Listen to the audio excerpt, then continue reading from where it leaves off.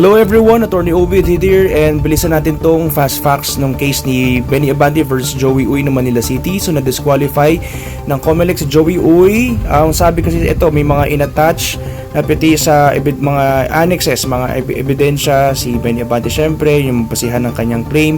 Mamaya tingnan natin kung ano yung mga sinabi ni Benny Abante na pinanigan ng COMELEC. So ito lang, pinapakita ko lang sa iyo yung mga attachments, yung mga ebidensya na in-attach. Ayan, so para mayroon siyang documentary evidence. So sa batas kailangan marami kang documentary evidence. Ito fast lang to Pabilis lang natin titignan kung anong nangyari, no?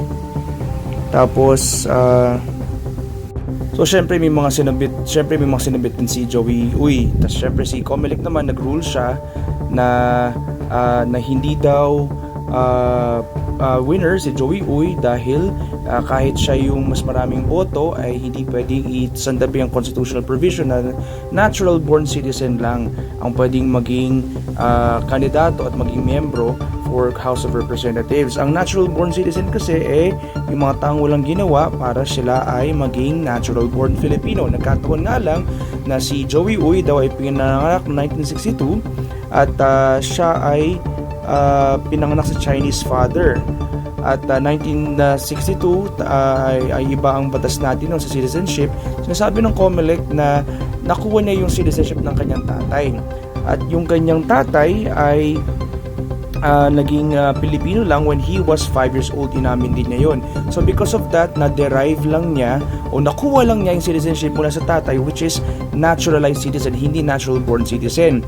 Maaring si Joey Uy naging konsehal dati kasi siya ay naging citizen of the Philippines, pero sinasabi dito hindi siya natural born, naturalized lang siya kasi yun ang derived from his father.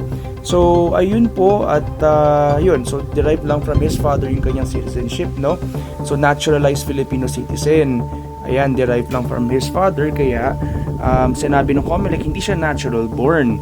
At because di siya natural born, kinancel or ginawang void yung kanyang certificate of candidacy at si Benny Abante ang naging winner. Siya yung naging